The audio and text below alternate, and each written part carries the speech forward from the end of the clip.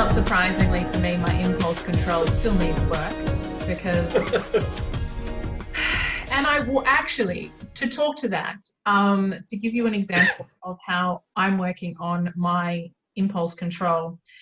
In the webinar I gave you all in preparation for your debrief so that you could learn more about this particular model of emotional intelligence, I gave the silly example of my lack of impulse to buy high heels.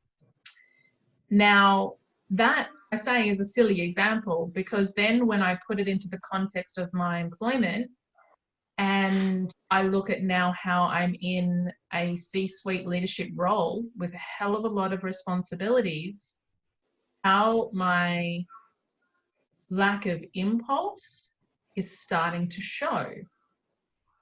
Because whilst it's actually quite high, I'm sorry, I'm just looking over here at my assessment, it's actually quite high, it's above the norm and it's within the leadership scale, but still what it tells me is that I can be impulsive.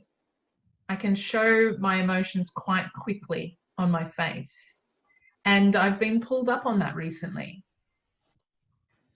Now that's a good thing and that's a bad thing.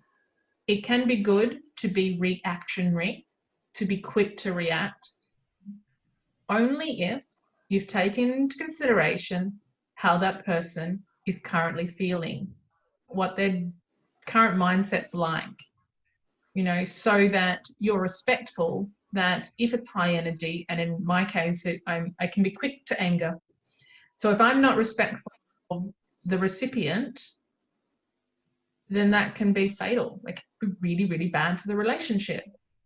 And I'm blessed that I have a high enough utilization of the other aspects of my emotional intelligence to not be that bad. And yet still, I can be impulsive. So I need to work on that. And I need to understand first and foremost, using my empathy, where is this other person at? Have I got all the information? Using my reality testing, am I being objective here? Am I seeing all the different aspects?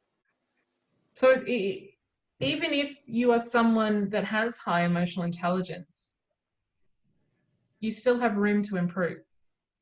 I never ever use the word weakness because I don't believe any of us have weaknesses. I believe that if we have the right motivation, both intrinsic and extrinsic, then we have room for improvement. We need to want to change in those areas in order to be able to change. It has to be a motivation there. If you don't care, you won't change. It's as simple as that.